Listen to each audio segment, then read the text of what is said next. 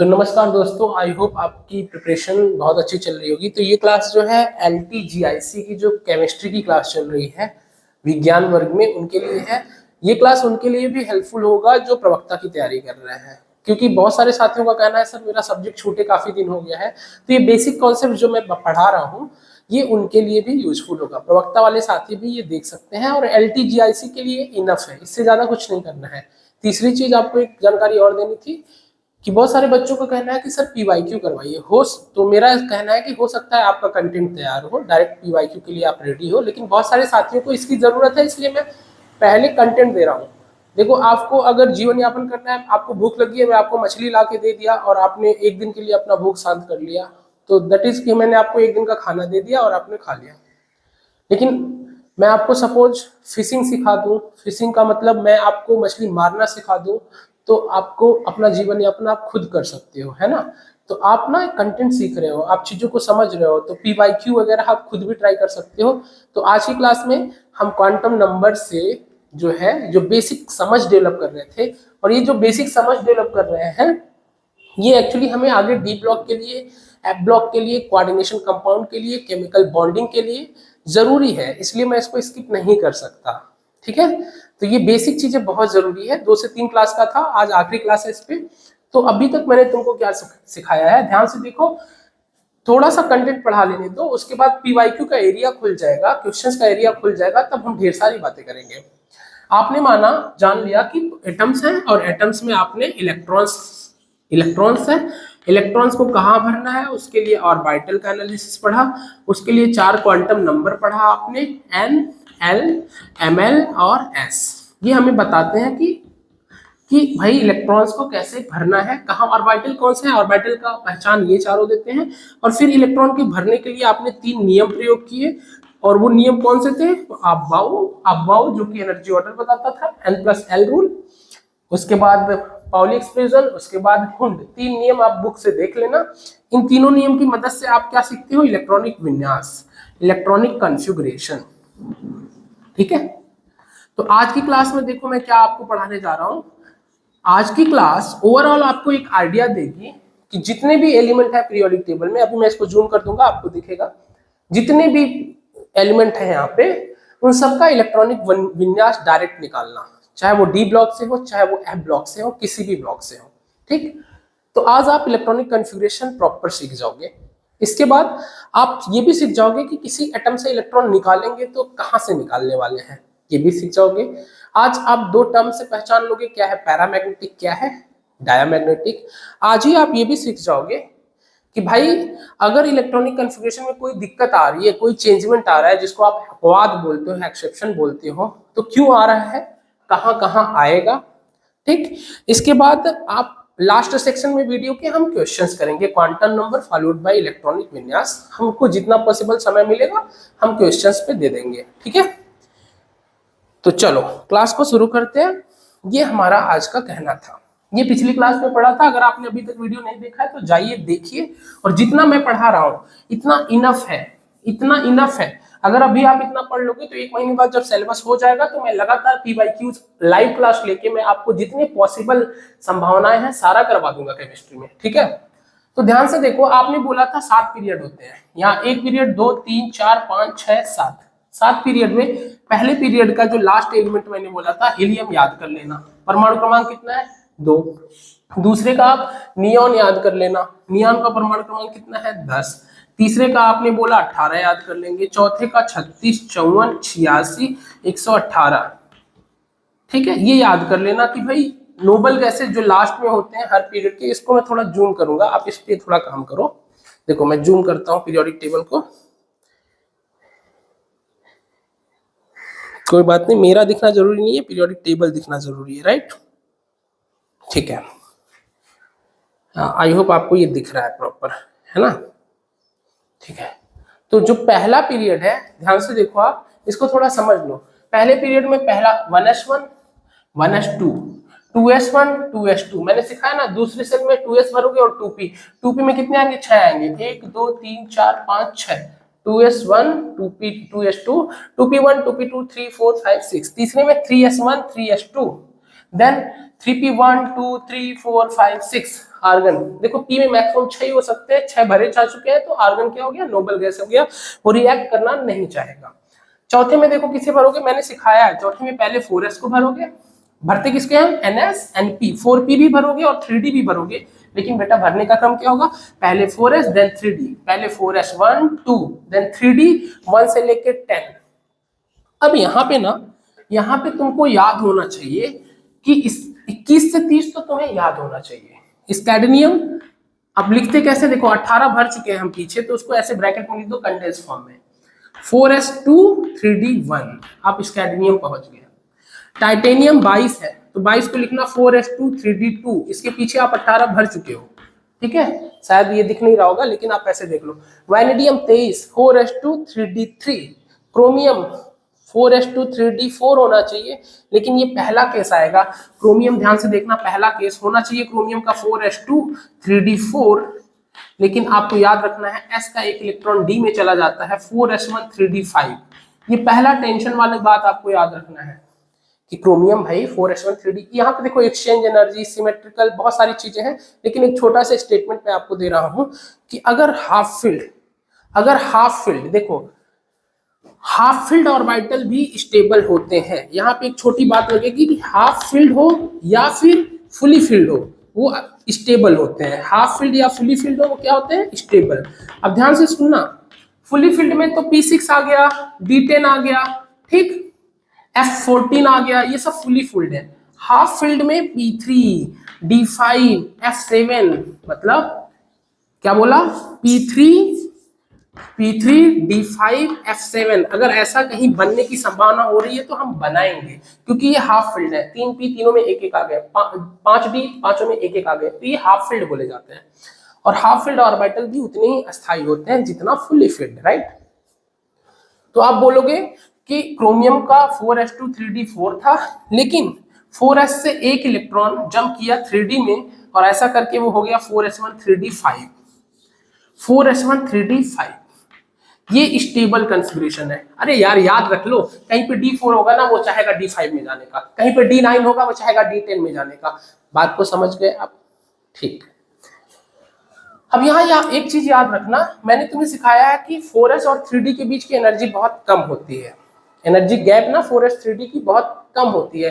ये गैप इतना कम है कि हम थोड़े से स्ट्रक्चरल चेंजेस करें तो इलेक्ट्रॉन जो है नीचे से ऊपर भेजा जा सकता है, इस वजह से ये पॉसिबल हुआ। यही चीज आपको लेंथनाइड में देखने को मिलेगी, जहां पे 5d और 4f के बीच का एनर्जी गैप बहुत कम है, तो कभी कभी इलेक्ट्रॉन जो है 5d से 4f में जंप कर जाएंगे। जहां पे भी f6 बनेगा ना, वहां पे 5d का इलेक्ट्रॉन f7 में कूदने, f में जाके f7 बनाने वाला है, क्योंकि f6 किसमें कन्वर्ट हो जाएगा, f7 में, जो कि क्या होता है, अस्थाई होता है, हाफ फील्ड हो गया ना। एक चीज यहाँ याद रखना हमेशा, पीरियोडिक टेबल ही अभी देख रहा हूँ, देख लो बोर्ड पे क्या दिख रहा है आपको, जूम किया यार, मैं अकेले ही हूं ना, तो थोड़ा सा आपको टेंशन हो सकती है। आई होप आपको ये दिख रहा है, मुझे इतना प्लेस तो चाहिए, ठीक है। तो एक चीज याद रखना हमेशा, एस कहोगे सर एस में एक डब्बा होता है, तो क्या एस में एक इलेक्ट्रॉन हाफ फील्ड है, क्या एस में 2 इलेक्ट्रॉन भर दिया तो फुली फील्ड हो गया, नहीं, एस पे कोई भी हाफ फील्ड का कॉन्सेप्ट नहीं लगता। आप कहीं कहोगे कि सर S1 बना दे, हाफ फील्ड हो गया, स्टेबल हो गया, नहीं, हाफ फील्ड हमेशा P3 D5 और F7 के बारे में बात करता है। आई होप आपको ये बातें क्लियर होगी। हाफ फील्ड फुली फील्ड इन्हीं पे लगाएंगे, कभी एस पे नहीं लगाने वाले हैं। इतनी बातें याद रखना, जितनी बातें कर रहा हूं ना, एक भी क्वेश्चन बाहर चला जाएगा, जिस दिन पेपर आएगा तो बता देना। प्रवक्ता वाले बच्चे भी जिनका बेसिक कमजोर है, वो इस वीडियो को देख सकते हैं, ठीक है। ये मैं रफ करूंगा। तो क्रोमियम आपने बोला कि sir chromium 4s1 3d5, chromium के बाद मैग्नीज चाहिए 25, 4s2 3d5, मैग्नीज का कितना है 25, 4s2 3d5, iron 26, 4s2 3d6, इसके बाद कोबाल्ट 27, 4s2 3d6, बाहर का लिख रहा हूं मैं डायरेक्ट, इसके सभी 3d7, इसके पहले 18 भरे जा चुके हैं, ठीक है, 18 भरे जा चुके हैं आर्गन तक। कोबाल्ट के बाद निकिल 4s2, ये मैं किस लिए लिख रहा हूं, क्योंकि ये डी ब्लॉक में भी आगे काम आएंगे, कोऑर्डिनेशन में भी काम आएंगे, आप भी लिखो इस चीज को भाई, आपको आता है, हीरो बनने की कोशिश नहीं है। कॉपर 29, ठीक, यहाँ पे होना चाहिए 4s2 3d9, लेकिन फिर से वही s का एक इलेक्ट्रॉन जंप कर जाएगा d में, क्योंकि अब फुली फिल्ड बन गया। तो कॉपर होता है 4s1 3d10, zinc 4s2 3d10। I hope आपको ये बातें क्लियर है। अब एक चीज याद रखना, scandium 21 4s2 3d1, 22 4s2 3d3, 23 s2 3d3, 24 s1 d5, 25 2 5, 26 2 6 4s और 3d, 27 4s2 3d7, 28 4s2 3d8, 29 4s1 3d10। याद रखना, ठीक है। आप यहां तक पहुंच गए, 3d10 हो गया, 4s भर गया, 3d भर गया, उसके बाद 4p 1 से लेके 6 तक क्रिप्टन आप पहुंच गया। इसके बाद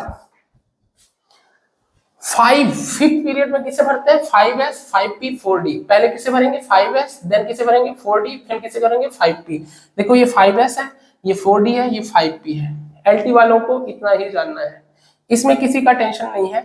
इसमें कभी कभी थोड़ा सा टेंशन हो जाता है, जो एबनॉर्मल है ना वो यही है, निकिल वाला फैमिली, निकल पड़े पटाने, निकल पड़े पटाने, निकल पड़े पटाने। मैंने आपको याद कराया था ना, सोचो तो यारा लगती जबरदस्त है, वैसे निगाहें भी तरसा करें, मोहब्बत वाले मन टकराए, रूठे ओ सनम को रहे इंतजार, निकल पड़े पटाने, क्यों आज और जिंदगी कद्दू हो गई। आपको क्या याद रखना है, बस कॉपर फैमिली, कॉपर के नीचे सिल्वर आता है, सिल्वर के नीचे गोल्ड आता है। Zinc family, zinc cadmium mercury. Nickel family, nickel palladium platinum. आपको बस इतना याद रखना है।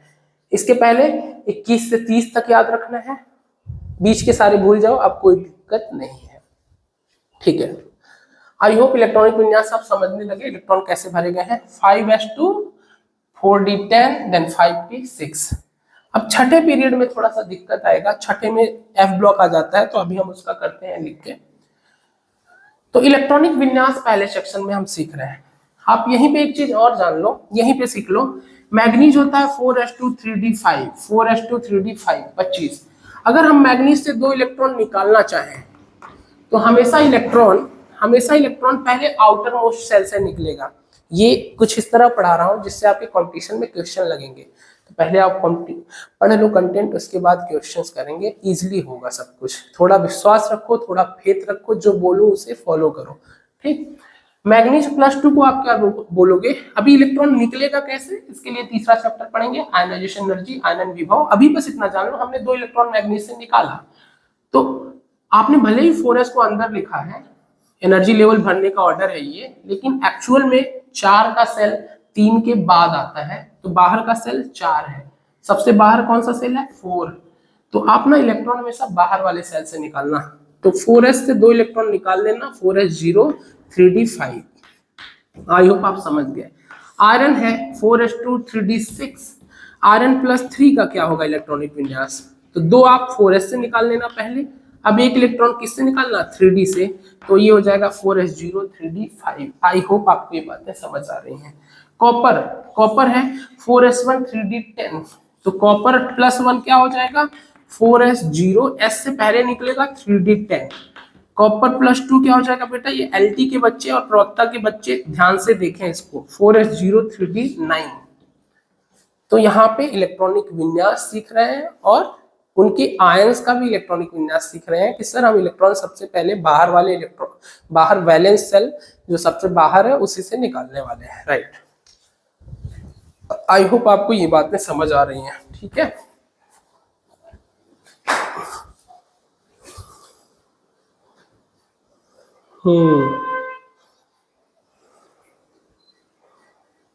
ठीक है, कोई बात नहीं, हमको इन चीजों पे समय देना ही पड़ेगा। अगर आप एक अच्छी केमिस्ट्री, एक अच्छा थोड़ा सा तुक्केबाजी नहीं सीखना चाहते हो, आप थोड़ा चीजों को समझना चाहते हो, तो आपको इससे होके गुजरना ही पड़ेगा। और मैं इतना कठिन शब्दों में नहीं सिखा रहा, मैं इसे रफ करूंगा। मैं मान के चल रहा हूँ कि आपने सब्जेक्ट बहुत लंबे टाइम से छोड़ दिया है। बहुत मेरे साथी हैं जो कोचिंग पढ़ा रहे हैं, जिनके लिए चीजें बहुत आसान है, लेकिन बहुत सारे साथियों का हाल थोड़ा सा ढीला डाला है ना, तो उनके लिए ये थोड़ा देखना पड़ेगा।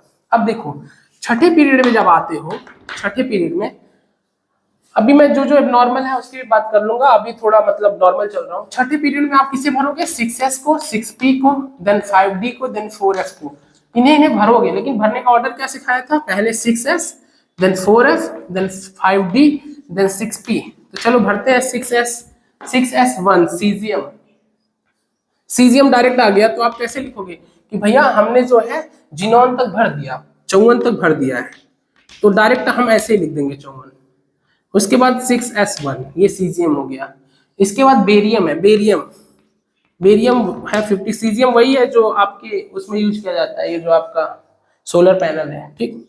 6s2 ये हो गया बेरिलियम, ठीक, बेरियम बेरियम। अब सुनना जरा, ध्यान से सुनना मेरी बात। 57 से लेके 71 तक ये है लेंथनाइट श्रेणी। एलटी वाले ध्यान से सुनो, आप में यही आ सकता है। एलटी वाले ध्यान से सुनो, लेंथनाइट श्रेणी कहां से कहां तक होती है?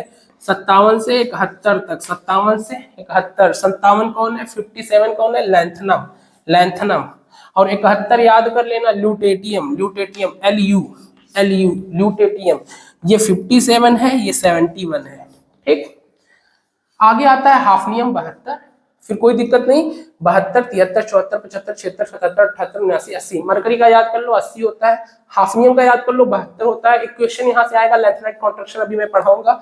हाफनियम और जिरकोनियम की साइज बराबर होती है, नीबियम और थैलियम की साइज भी लगभग बराबर होती है। ऊपर से नीचे आने की साइज बढ़नी चाहिए, अब ये अगले क्लास का टॉपिक है, लेकिन फिर भी बता दूं ये साइज लगभग बराबर होती है जिरकोनियम और हाफनियम की। अब यहाँ पे सीख लो लैंथनम श्रेणी 57 से 71 तक। अब इनका इलेक्ट्रॉनिक विन्यास सीख लो भाई, सीख लो, ठीक। इसको मैं रफ करूंगा। बोर्ड कहां तक दिख रहा है? मैं आगे लिख सकता हूं क्या?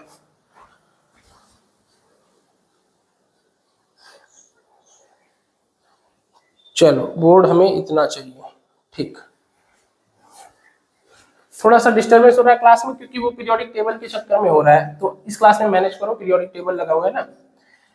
तो आपने क्या बोला? पहली बार लेंथनाइट श्रेणी आता है। पहली चीज, लेंथनाइट श्रेणी किस आवर्त में आता है? छठे आवर्त में। किसमें आता है? छठे में। कहां से कहां तक है? 57 से लेके 71 तक। कौन कौन सा है? सारे मेंबर्स याद नहीं करना, फिर भी लिख दे रहा हूं। ले से PR ND PM SM। अब मुझे याद है, आपको याद करने की जरूरत नहीं है, जो जो याद करना होगा वो मैं बता दूंगा। SM EU GD TB DY HOER TM YB LU। आपको हमेशा याद रखना है LU जो है कितना? LU का है 71 परमाणु क्रमांक, लेंथनम का है 57 परमाणु क्रमांक। इसके बीच में एक पड़ता है GD गोदोलियम, गोदोलियम का है 64 परमाणु क्रमांक, 64। गोदोलियम 64 याद रखना है, लेंथनम LA 57 याद रखना है, LU 71 याद रखना है। अब देखना 56 लेंथनम का कैसे लिखोगे? 56 तो आपने भरा था, 56 कौन, सॉरी 54 आपने भरा था जिनोन तक। देन 6H में 2 भरा, 6H2। अब भरना चाहिए था 4F, भरने का ऑर्डर यही था ना, 6H then 4F then 5D then 6P। लेकिन भरेंगे पहले 6H2, देन यहाँ पे आता है लेंथनम 5D1। ये थोड़ा याद रखना, लेंथनम में पहले इलेक्ट्रॉन 4F में नहीं आता, 5D1 में है। इसके बाद क्या होता है? सेरियम भी याद कर लो, बड़ा इंपॉर्टेंट ये रीजेंट है जो MSc BSc करते हैं। Cerium, cerium based reactions back titration में यूज किए जाते हैं। सेरियम होना चाहिए 54 भर दिया, 6H2। अब सुनना, सेरियम सेरियम सेरियम ये होना चाहिए, ध्यान से सुनना, 6H2 5D वाला इलेक्ट्रॉन भी 4F में। अब वही ऑर्डर होगा जो मैंने बताया है, पहले 4F, 4F में कितने आएंगे? 2, 5D में कितने आएंगे? 0।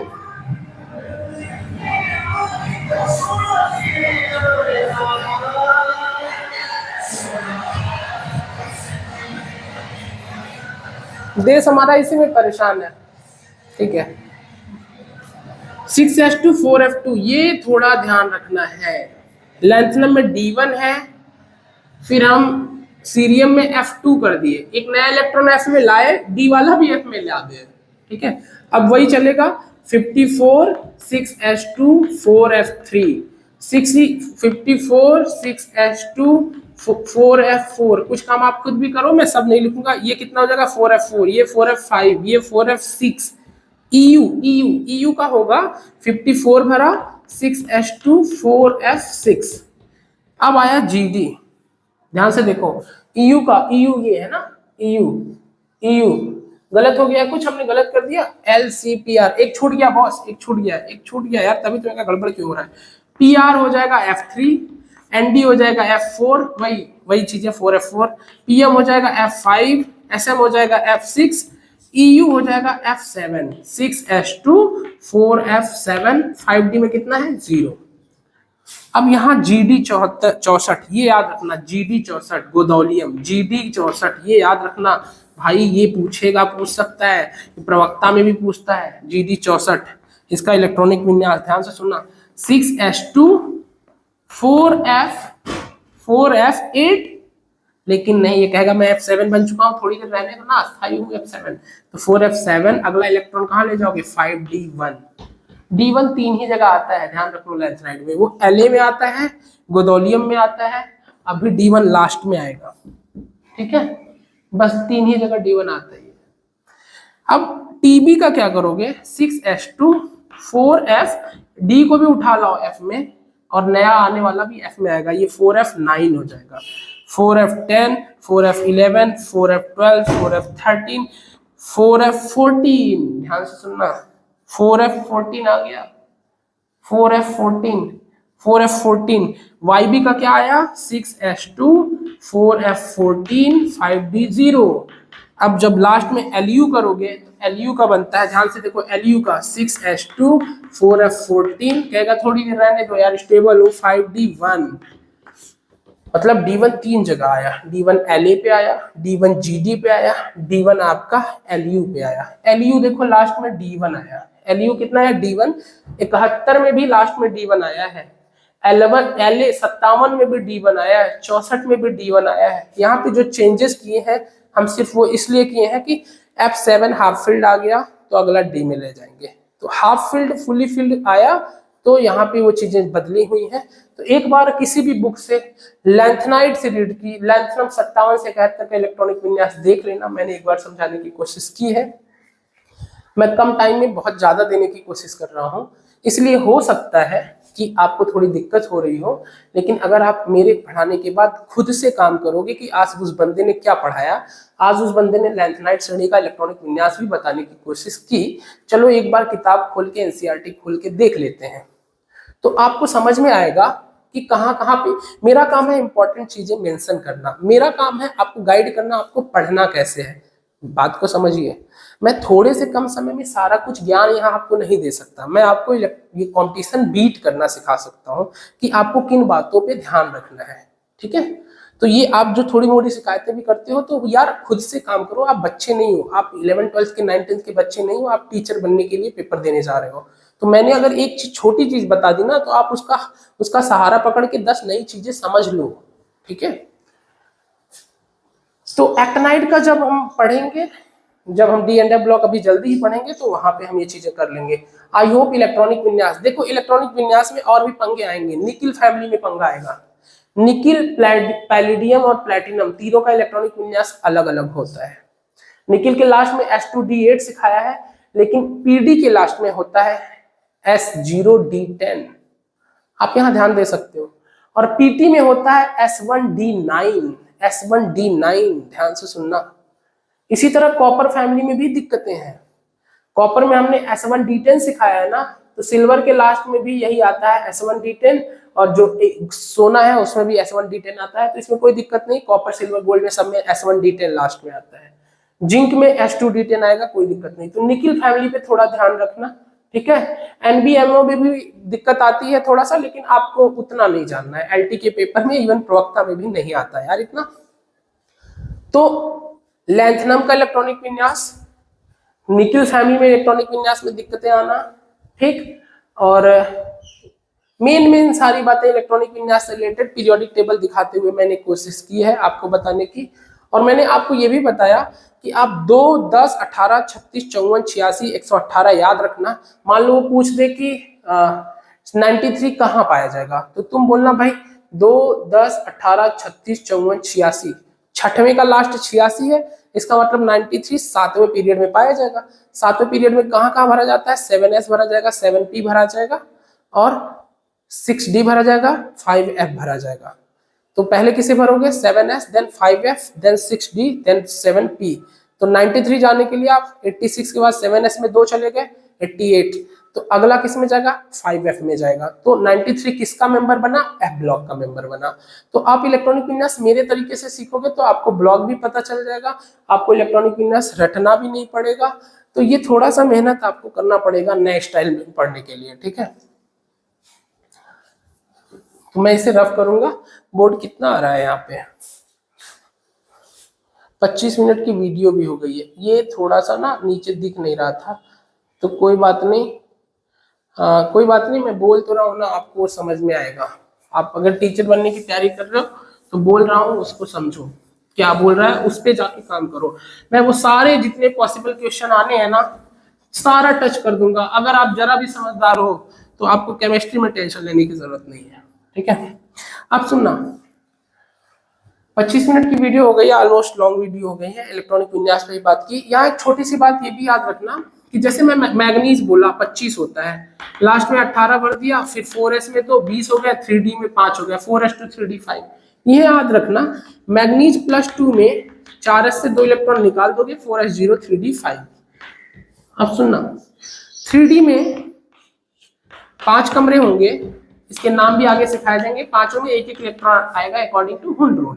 तो मैग्नीज +2 में ये 5 इलेक्ट्रॉन है जो अनपेयर्ड है, जो युग्मित नहीं है, अनपेयर्ड है। तो इसमें कितने अनपेयर्ड इलेक्ट्रॉन मिले, 5 अनपेयर्ड इलेक्ट्रॉन। अब ये अगला क्वेश्चन है जो कि कई जगह आएगा, कोऑर्डिनेशन में आएगा, हर जगह आएगा, लेकिन अभी से मैं बोलना शुरू कर दे रहा हूं कि बेटा जिसके पास भी अनपेयर्ड इलेक्ट्रॉन होते हैं वो पैरामैग्नेटिक होते हैं। वो कैसे होते हैं, पैरामैग्नेटिक। पैरामैग्नेटिक, प्रतिचुंबकीय, अनचुंबकीय, हिंदी में ऐसा कुछ बोलते हैं, आप देख लेना। पैरामैग्नेटिक, जिसके पास अनपेयर्ड हुए हैं वो पैरामैग्नेटिक होते हैं। पैरामैग्नेटिक सब्सटेंसेस क्या होते हैं कि अगर आप इनको कहीं पे रख दोगे, मैग्नेटिक फील्ड लाइंस उधर जा रही है, चुंबकीय क्षेत्र जा रहा है, तो ये मैग्नेटिक फील्ड लाइंस को अपने पे अट्रैक्ट करते हैं, अपने से अट्रैक्ट करते हैं। जबकि एक दूसरा सीखोगे, डायामैग्नेटिक। डायामैग्नेटिक जो होता है, अगर इसको आप कहीं पे रख दोगे डायामैग्नेटिक को, तो वो मैग्नेटिक फील्ड लाइंस को अपने से रिपेल करेगा, दूर भेजेगा, अपने से क्या भेजेगा, दूर भेजेगा। इतना ही जानना है बस एलटी एग्जाम के लिए, इवन प्रवक्ता के लिए भी, कि paramagnetic substance magnetic field lines को अट्रैक्ट करती हैं, डायमैग्नेटिक सब्सटेंस कोई होगा तो मैग्नेटिक फील्ड लाइंस को अपने से दूर भेजेगा। जिसके पास भी अनपेयर्ड इलेक्ट्रॉन होगा वो पैरामैग्नेटिक होते हैं। वो क्या होते हैं, पैरामैग्नेटिक। फॉर एग्जाम्पल, ये मैं रफ करूंगा, स्क्रीनशॉट ले लो। फॉर एग्जाम्पल, जिसके पास अनपेयर्ड इलेक्ट्रॉन नहीं है, सपोज जैसे जिंक 30 होता है, 4s2 3d 10, आपने 2 इलेक्ट्रॉन निकाल दिया, जिंक +2 बना दिया, तो 4s0 3d 10। अब बताओ 3d 10, डी में 5 ऑर्बिटल, पांचों भरे हैं, कोई अनपेयर्ड है नहीं, 0 अनपेयर्ड, तो ये कैसा होगा, डायामैग्नेटिक। आई होप आपको ये बात क्लियर है। एक चीज और जान लो, यहाँ पे इलेक्ट्रॉनिक विन्यास पढ़ा रहा हूँ, क्वांटम नंबर पढ़ा रहा हूँ। जो अगली क्लास होगी उसमें थोड़ा सा आपको मैं इलेक्ट्रॉन कहाँ से निकलेगा ये भी बता दिया, क्या होता है पैरामेट्रिक, डायमैग्नेटिक, ये भी बता दिया। अगली जो चौथी क्लास जाएगी उसमें बेसिकली मैं क्वांटम नंबर्स के 10-5 क्वेश्चन कराऊंगा, जो मतलब आने की संभावना प्रबल है। तो क्वेश्चंस कराऊंगा सिर्फ मुश्किल से 8 मिनट क्वेश्चन कराऊंगा। 8 मिनट के बाद पूरा लेक्चर जो 30 मिनट का 25 मिनट का बचेगा वो चैप्टर 3 पीरियोडिक प्रॉपर्टीज, जो कि मोस्ट इंपॉर्टेंट है। जिसको नहीं पता है रेडियस, जिसको नहीं पता है जेड इफेक्टिव, जिसको नहीं पता है आयोनाइजेशन एनर्जी, जिसको नहीं पता है इलेक्ट्रॉन लब्धि, इलेक्ट्रॉन की एंथैल्पी, इलेक्ट्रोनेगेटिविटी, वो ना केमिकल बॉन्डिंग पढ़े, वो ना ऑर्गेनिक केमिस्ट्री पढ़े। तो इसलिए भाई साहब जो तीसरा चैप्टर है उसको सीख लेना मेरे साथ, 2 ही लेक्चर में सिखा दूंगा। बिल्कुल टाइम पास यहाँ ना आपका करूंगा ना अपना करूंगा, 2 ही लेक्चर में सारी बातें मैं कर दूंगा, पीरियोडिक टेबल आपको दिखाते हुए, कहाँ कहाँ क्या वेरिएशन है, कहाँ जो डिफेक्टिव घटना है, कहाँ बढ़ना है, क्या है पुअर शिल्डिंग क्या है, सब बातें हो जाएंगी, सारी A to Z बातें यहाँ पे हो जाएंगी तीसरे चैप्टर की। जैसे ही तीसरा चैप्टर हुआ, चौथा चैप्टर 5 लेक्चर लूंगा, उससे ज्यादा नहीं, 5 से 6 लेक्चर। आपको खुद कॉन्फिडेंस आएगा कि सर ने तो पूरी एनसीईआरटी पढ़ा डाली, ठीक। तो आप बातों को समझो, एक जनरल आइडिया केमिस्ट्री का डेवलप करने की कोशिश करो। 15-20 दिन मेरे साथ चलो, उसके बाद पीवाईक्यू शुरू होंगे, क्वेश्चन करने का दायरा शुरू होगा, धीरे धीरे आपका मेरा कनेक्शन बढ़िया होगा तो चीजें अच्छे डायरेक्शन में जाएंगी। यहाँ पे एक बात है और सुनना, अगर कोई कंपाउंड पैरामैग्नेटिक है, क्योंकि कई लोग होंगे जिनके पास 1 इलेक्ट्रॉन होंगे अनपेयर्ड, किसी के पास 2 अनपेयर्ड इलेक्ट्रॉन होंगे, किसी के पास 3, किसी के पास 4, किसी के पास 5 अनपेयर्ड इलेक्ट्रॉन होंगे, ठीक।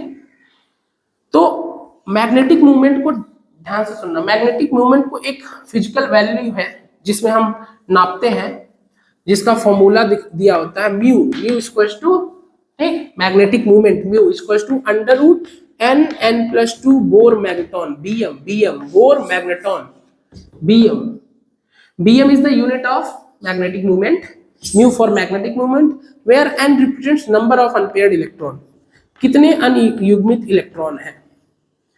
अगर एक अनपेयर्ड इलेक्ट्रॉन है तो म्यू की value under root 3 Bohr magneton आएगी। ध्यान से देखो, 1 1 प्लस 2 3 इंटू 1 अंडर रूट 3, 2 है तो 2 दूनी 4 दूनी 8 अंडर रूट 8 बोर मैग्नेटॉन। ये याद ही कर लो, एक है तो अंडर रूट 3, 2 है तो अंडर रूट 8, 3 है तो अंडर रूट 15 बोर मैग्नेटॉन। कैसे? 3 प्लस 2 5 गुणा 3 15, 4 है तो under root 24 Bohr magneton, 4 plus 2 6 गुणा 4 5 है तो अंडर रूट 35 बोर मैग्नेटॉन। ये याद ही कर लो यार, याद कर लोगे तब कंपटीशन निकलेगा कि किसी के पास 5 एम्पियर इलेक्ट्रॉन है तो मैग्नेटिक मूवमेंट, उसके चुंबकीय आघूर्ण की वैल्यू, हिंदी ढूंढ लो ना जाके, हिंदी पूछते हो सर हिंदी में बताया करो, अरे भाई थोड़ी मेहनत कर यार, ठीक। चुंबकीय आघूर्ण की वैल्यू कितनी होगी? अंडर रूट 35, चुंबकीय आघूर्ण अंडर रूट 24, चुंबकीय आघूर्ण अंडर रूट 15, चुंबकीय आघूर्ण अंडर रूट 8, चुंबकीय आघूर्ण अंडर रूट 3। तो कितने अनपेयर्ड इलेक्ट्रॉन है भाई, ये तभी बता पाओगे जब तुमको इलेक्ट्रॉनिक विन्यास आता रहेगा, ठीक है। तो मैं यहाँ तुमको पहले इलेक्ट्रॉनिक विन्यास सिखा रहा हूँ, इससे ज्यादा नहीं उतर सकता हूँ नीचे। सर डायरेक्ट पढ़ाओ ना, पीवाईक्यू कराओ ना, अरे भाई देख लो ना, आधे घंटे तो तुम्हारे जा रहे हैं, देख लो एक बार समझ लो, उसके बाद आप करना, आपको आता होगा तो भी देख लो, क्या पता एक दो चीजें नहीं मिल जाए, ठीक। आधे घंटे में बहुत बहुत कुछ नहीं करा सकता, फिर भी कोशिश कर रहा हूँ। 2 घंटे की क्लास, 1 घंटे की कोई पेड क्लास नहीं है ये कि आप कोचिंग में जैसे देते हो ना टाइम 1-2 घंटे, 1-2 घंटे में इतना ही सीखोगे, उससे ज्यादा नहीं वो कुछ सिखाने वाले हैं, ठीक। तो आधे घंटे दे दो यार, ठीक है।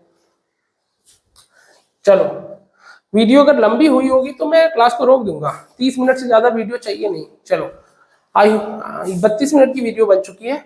तो कल अगली जो क्लास आएगी उस क्लास में हम सिर्फ और सिर्फ क्वांटम नंबर्स के कुछ क्वेश्चंस करेंगे कि किस तरीके के क्वेश्चंस बनते हैं, और स्टार्ट करेंगे पीरियोडिक प्रॉपर्टी चैप्टर नंबर 3।